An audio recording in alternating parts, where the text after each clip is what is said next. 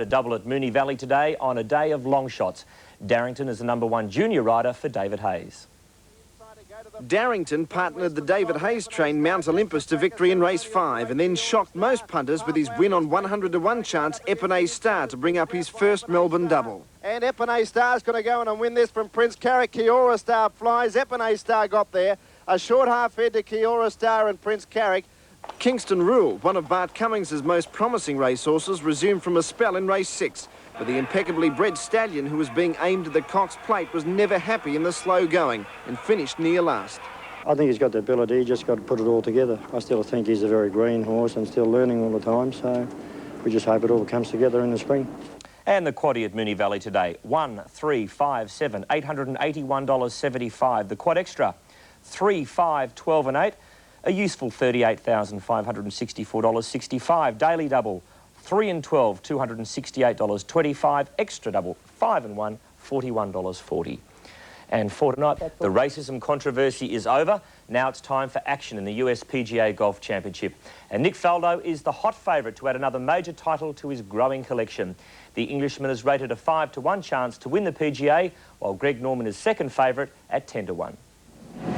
This hardly looks like a battlefield, but for a few tense weeks leading up to this 72nd annual PGA Championship, pickets, protesters, and socially conscious advertisers promised to turn Shoal Creek Country Club into golf's Little Bighorn. But in the final moments, needing a black amidst their membership to soothe the uprise, the club agreed to expand its roster by 1, giving an honorary membership, bypassing the $35,000 initiation fee. That man was 66-year-old Lewis Willey, president of the largest black-owned insurance company in Birmingham. I think it's great that it has been resolved. I think they've done a great job in the way they resolved it. And, you know, I think maybe everybody did need to open their eyes and see what actually did happen. Greg Norman and his cleated friends have their minds on other, more immediate problems now. Not conquering the membership necessarily, but their golf course. The golf course is a good golf course, no question about it, but it's going to play very, very tough. It's very, very penalising. I mean, if you miss a fairway, you're not going to get it on in 2. That's no question about it. And the golf course is so long that you actually have to get it out there ways to give yourself at least a decent chance to get on the greens. The rough is very heavy. You can lose the ball out there too. You hit it in it, you just take a sandwich and chop it out. So it's no fun for the spectator. This particular golf course calls for you've got to hit the ball straight off the tee.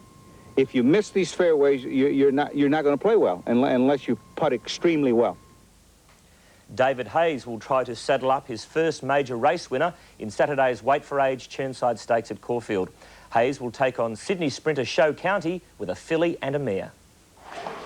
4-year-old Dancer's Choice and 3-year-old Wraparound arrived from Hayes' famous Lindsay Park establishment during the week. The mare and filly will start in Saturday's $100,000 Chirnside Stakes.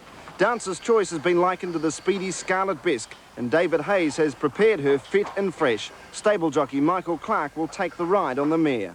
Dancer's Choice is, proven against the good class as well, and she's going to run well. But Wraparound's a very speedy filly and, extremely classy.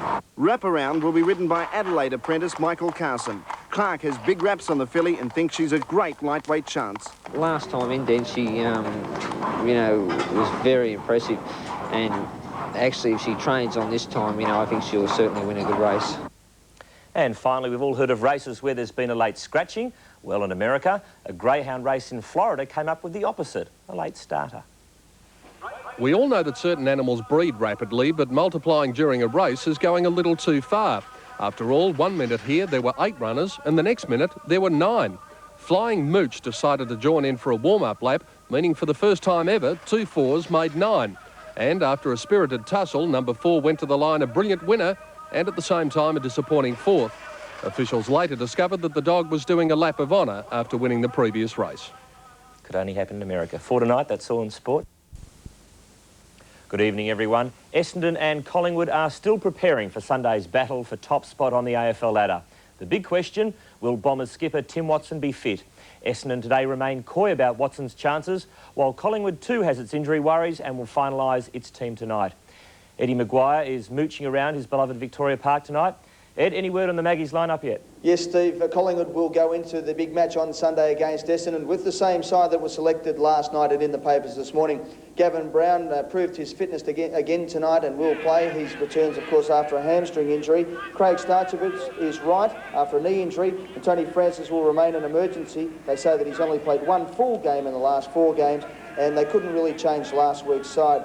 Essendon say that Tim Watson is just being rested. Well, there's rumours that he's got a virus and a hamstring, but the Bombers assure me that he will play. But of course, Collingwood fans have the added incentive this week because their star, Mr. Magic Peter Dacos, plays his 200th game.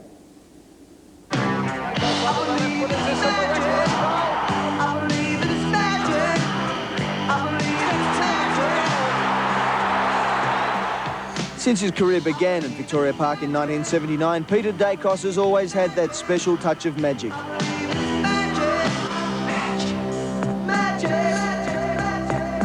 The low centre of gravity, the miraculous goal, the magnificent ball handling and disposal have all made him a Magpie favourite.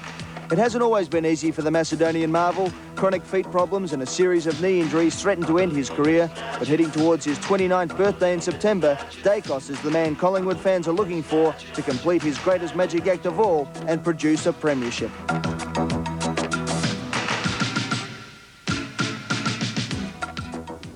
And adding to the intrigue today, of course, Tim Watson was supposed to be at the AFL press conference this afternoon. He wasn't there, and Gary O'Donnell filled in and said that the Bombers were just feeling all that big build-up to the game on Sunday as well.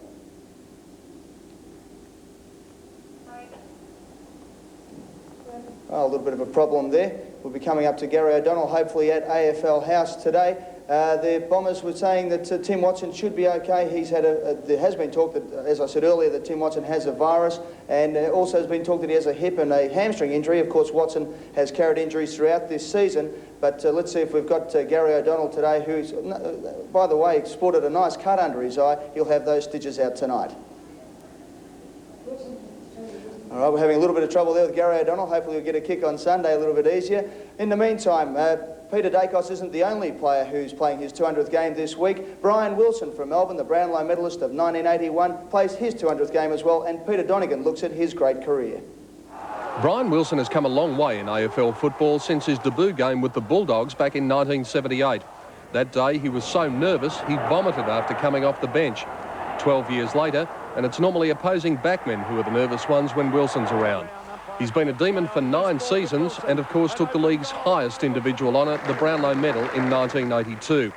At 28, Willow, as he's better known, is regarded as one of the game's more theatrical players, something Demon fans love and opposition supporters loathe. In recent years, Wilson has taken more than his fair share of knocks, with injury proving a problem, but that will all be forgotten at the MCG tomorrow in appearance number 200 for one of football's true remaining characters. This Melbourne as Wilson kicks and pops it through. Congratulations to Brian Wilson. Well, Gary O'Donnell, I think he's there now. He does play in the big game against Collingwood on Sunday. Let's hear what Gary O'Donnell had to say about the big clash. Every player that you see at the club has sort of got the same pressure on him. Every person that he meets in the street or at work, at home, they're mentioning it, so he can't really get away from it. These are the ones you play footy for. You've come off the interchange bench today for your captain, Tim Watson. What's wrong with him? Quite often, Sheeds gives the older fellows a break during the year, and at this stage, Tim's just been given a week off. So Essendon still saying that Tim Watson will play. They're adamant today that their captain will be out there in the big game. Well, to the tips now for round 19. And I think Hawthorn will beat St Kilda, Melbourne to beat Sydney, Footscray to beat Fitzroy, Geelong to beat Brisbane, West Coast to beat Richmond in the 2 big ones on Sunday. I like Carlton narrowly over North Melbourne, and Collingwood to be a little bit too strong against Essendon. So it should be a great match. And Steve, just before we come back, Port Adelaide today will have to wait until next Wednesday to find out what's going on with their Supreme Court action. Of course, Glenelg Football Club put an injunction on them yesterday, and that went to court today, and the outcome was that they will not be able to have a meeting with their members until after the Supreme Court meeting. As I said, the decision will come down next Wednesday. So a great game coming up. Peter Dacos' 200, Brian Wilson's 200. That's it for tonight, Steve. Back to you in the studio. Thanks, Eddie. The Australian Boomers now face a tough battle to make it to the finals of the World Basketball Championships. Today, the Australians suffered a shock loss, going down to Italy by 5 points, 94-89. The Italians are a very physical side, as Phil Smythe soon found out. And early on, both teams were scoring some big three-pointers. But the man who was standing out from the rest was Italian Antonello Riva, who was hitting the basket from just about everywhere. Soon Andrew Gay started to find the target as well, even when he wasn't looking. That fired up the Boomers, who went into half-time with a 49-44 lead. In the second half, the Italians got the jump thanks again to Riva. Suddenly, the Boomers were 7 points in arrears and had to work hard to get back into the contest. With a minute left on the clock and the scores level, Riva lifted his night's tally to 35 points and put Italy ahead. The Australians couldn't score another basket, and that was the ball game, with Italy going on to score a 5-point upset, 94-89. The Boomers will now have to produce something special if they want to play a major role in these World Championships. And don't forget, Channel 10 will have a replay of the Australia-Italy match at 11:05 tonight. Tomorrow at 11 a.m, we'll televise live the Boomers match against Brazil, a game we must win to make the finals. To golf, and it was an ordinary day for Australia on day one of the US PGA. American Bobby Watkins leads the field at 4 under par, but lurking dangerously are the two big fancies, Nick Faldo and Payne Stewart. Wayne Grady at least managed an even par 72. The big disappointment was again Greg Norman, who had a 5 over 77, while Roger Davis had a horror 81. Greg Norman again broke the hearts of most Australians. The Shark putted terribly. This was one of his few good shots for the day. It was this man, Bobby Watkins, who has never won on the US Tour, who leads the way.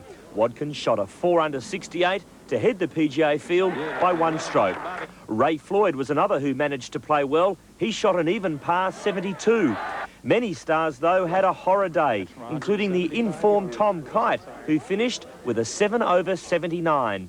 Paul Azinger will also struggle to make the cut. He shot a 76. Fred Couples is just 1 shot off the pace after taming Shoal Creek with a 3 under 69. But the man sitting at 1 under is again beautifully poised for the kill. Nick Faldo shot 71 to be just 3 shots off the pace. Low scores, though, will be hard to come by. Most players were extremely critical of the course, in particular the rough, which is just too deep. It's taken away a lot of ability of the players because, you know, we have no chance to advance the ball toward the green out of the rough. You just, you know, the fans are the ones that are being cheated. They're not getting to see us play great golf shots. Rough like this, I mean, if you drive it good, you can continue to play well. If you start missing some fairways, you're in for a long day. Melbourne's weather overnight will determine whether brilliant sprinter Show County starts in tomorrow's Chirnside Stakes at Caulfield.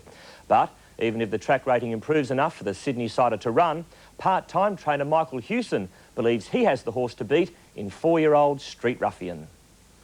Street Ruffian, a steely grey gelding, is trained on the northern side of the Macedon Ranges near Kyneton. Trainer Michael Hewson, a farrier by trade, rides the 4-year-old in most of his work and is expecting a big performance in the $100,000 Chirnside Stakes. He's learned to settle. He's not a ripping, tearing horse like he was originally, and our current jockey, Darren Trianderflu, seems to have sorted that side of him out pretty well, and I think it's a good combination, Trianderflu and Street Ruffian. Street Ruffian handles all types of going, but relishes wet conditions, and the more it rains, the happier Hewson is.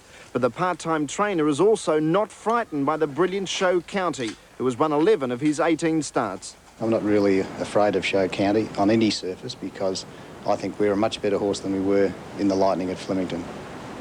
And for the quadrella tomorrow, Dan Malicki likes the combination 4, 7, 3 and 5. The quad extra is 7, 3, 5 and 2. The daily double, 7, 5 and 2 in the first leg into 5, 9 and 8. And the lucky long shot, race 4, horse number 4, Expected Journey.